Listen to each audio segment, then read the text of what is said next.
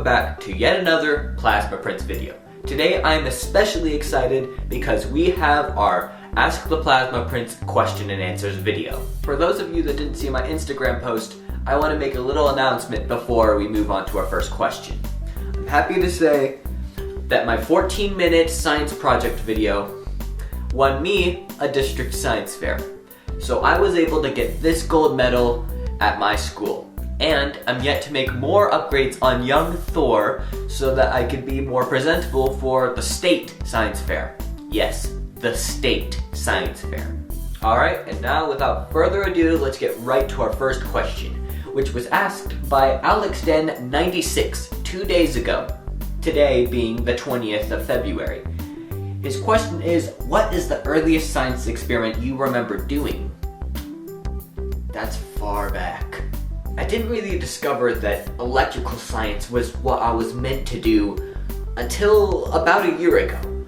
But way back when I was like 3rd or 2nd grade, I joined the science fair with an ant farm project. And I was explaining how ants work and everything, and it was pretty fun. So yeah, I actually went to the school, I brought an actual ant farm and told facts about ants. It was a pretty fun experiment because, I was totally wowed that they could carry 20 times their own weight. Kinda still am. Whew. And now, right to our second question, asked by Beautifully Dumb, also 2 days ago. What has been your favorite, or one of your favorites, science experiment? There's a lot of cool ones. I'm going to have to say that my favorite science experiment is probably building young Thor, because when I first saw output come out of young Thor, I was going nuts. And when I say nuts, I mean nuts. We got sparks at the top! Look, we got sparks at the top! Those are sparks right there! Yep, that was actually the first output of young Thor caught on camera. It was really bad quality because I was recording on my phone. Earlier that day we'd gotten the spark amplifier, but nothing came out of the toroid. So I was just trying to see if it would at least transmit an electromagnetic field, so I was trying to see how close I can get a light bulb to it before it would light up. So it was really detuned, but once I got a good breakout point, we got little 1-inch sparks, and I was just so psyched. Now for our third question, asked by Ben Curry 2 days ago, what is the video editor that you use? And is it free? Ben, I use WeVideo. And yes, it is free, but if you don't want a big ugly watermark on your video, and if you don't want to be limited to 5 minutes per video, you're going to have to buy yourself a plan, which is about $7 to $10 a month. The one that I have is the cheapest one, which allows 30 minutes of videos per month, and also no watermark. So it's pretty nifty once you got a plan. But be warned, it could be a little bit uncooperative at times. I'm not sure if it's just my computer, but sometimes I would just get so annoyed over WeVideo because it would try to load the preview and then it'd start playing the audio before the video and then it would be unaligned. But I'm using this new Dell computer now and it's been treating me a lot better. So I don't think that should be a problem for you unless your computer is considerably old. Now for our next question, which was asked by Nerd Labs. What got you interested in high voltage? Hey Nerd Labs, it was probably about a year ago that I got into high voltage. So what happened is that my grandpa was watching a documentary on YouTube about Tesla coils and Nikola Tesla's experiments. And I had walked in to talk to him about my Spider-Man invention ideas. It was a developing phase. And then I saw him watching this documentary about Tesla coils, and I see like these giant Tesla coils fire up, and it's just, whoa, how the heck do those things work? And it wasn't until a while after, probably beginning of summer, that I actually started studying Tesla coils in desire to build one. And soon enough, I built young Thor, and with the help of my friend Jim, we got it working on November 14th, 2020. Now for our next question, which was asked by Raul Perez. Did you ever shock yourself with the outlet, aka mains voltage? Hey Raul, I have in fact been shocked by mains voltage. But the reason I'm still alive today is because it was going through a very low voltage ballast and also 50,000 ohms of potentiometer resistance. So this was actually the first day that I got my solid state Tesla coil for the collaboration working, and I was like, yes! So what I did is I tightened the coupling and I added a top load, and the sparks got bigger, and I was like, oh my gosh, I gotta show my sister and brother. So what I do is I grab them and I'm like, hey, watch this, I got my Tesla coil working. But even though I turned the potentiometer to full resistance, I forgot to turn the switch off. So when I grabbed the ballast terminals to change it out, I felt a little jolt go through my whole torso. It was like, it was like 1 second, and there was like 1 or 2 seconds of panic, but I'm like, wait a minute, I'm okay. But someday I figured it would be much worse than that.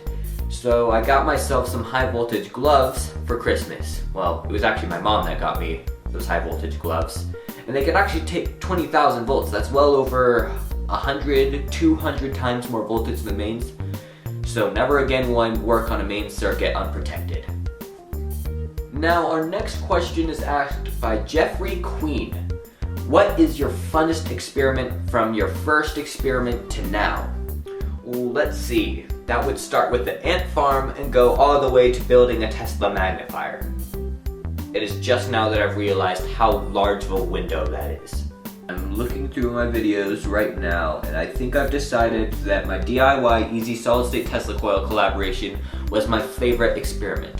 Not only is this going on 1,000 views and 40 likes, it's just been such a good experience working with Zach, and those few months that I was learning and working with Zach, it's just, wow, it was a great 3 months. I learned so much, I developed a cool friendship with Zach, and he's just really cool. I mean, I definitely want to do something like this again sometime with him. Now our next question is asked by BackMaxSci 18 hours ago. What made your resistors burn up in the SSTC circuit in that one clip? Well, it wasn't just the resistors. So I had noticed that different ballasts made the arcs behave differently. With fluorescent ballast, I would have to turn up the potentiometer ever so slightly, just like a little bit, and then the sparks would break out. Any higher, the sparks would wane and eventually disappear. And with the incandescent ballast, I would probably turn the potentiometer up halfway, so like 25K, and then it would start sparking at its peak length. And if I kept turning it up, it would get smaller. But then I was like, you know what? I'm just gonna go mad and use a mott ballast. And motts draw a lot of current. I mean, we're talking 20, 15 amps here. I mean, this is a lot of current. So I hooked it up to the SSTC circuit, adjusted the turns, and then it got around to 3, and the sparks were considerably large, but still not enough to satisfy me. But I noticed that an inductive ballast would behave differently. The more I turn up the potentiometer, the bigger the sparks would get. So, you could probably expect what a mad scientist kid like me would have done. You keep turning up the potentiometer until you can't turn it up no more. So I turned it up all the way, and then the sparks disappeared. The MOSFET had sorted out. But I didn't have enough time to process that, because in the next 1 second the wires were glowing red, the components were smoking, and it was just like barfing up a ton of smoke. And it scared me half to death, so what I did is I immediately bent over to unplug it, and you know what I said after that. Crap nuggets! Now our next question is asked by Dean Gilbury. Would you ever consider doing another collab with Lab Coats? What was he like to work with? And how did you communicate and plan your collab out? Well, Dean, let me tell you, it was a great experience to work with Zach Armstrong, and I would definitely consider doing another collaboration with him. In fact, we've already been discussing another one. Top secret, you cannot know.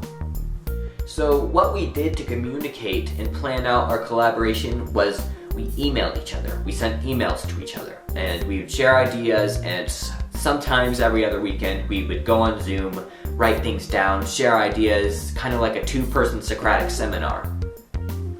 We would share our results, we would ask questions just like other scientists and engineers would do. But one day, Zach had this wild idea, and he emailed me and said, I'm gonna see if I can get Jay from Plasma Channel in on this. And I was like, if you can get Jay in on this, I'm gonna flip. And I totally did. One day, Zach emailed me back and said, oh, and Jay's in. And I just flipped out. Like, I'm not even kidding. I went bananas. And now, here I was, not even halfway to 100 subscribers, working with my favorite YouTuber, who, by the way, has well over 150,000 subscribers. Now, our next question by Jacob Osbolt. Can you make a Marx generator that produces 2 kilovolts? Well, I can, but honestly, I'd rather build a voltage multiplier, which is a slightly easier version of Marx.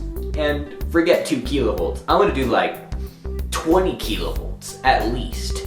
This is going to be like one of those big sparky ones, kind of like Jay's. Except I'm going to have to get a lot of wax to encompass the whole circuit in. So I'm probably going to build like maybe a 67,000 volt one that Jay built a while back. Now our next question is by CoPenguin8. Would you want to do a collab sometime? You know what?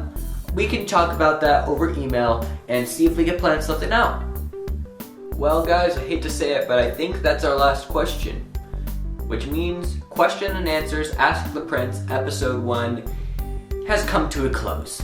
Leave some questions for our next Ask the Plasma Prince video, because I want to be able to build up tons of questions over the course of a month or a few months. Alright, thank you for watching, stay tuned, and always do your research.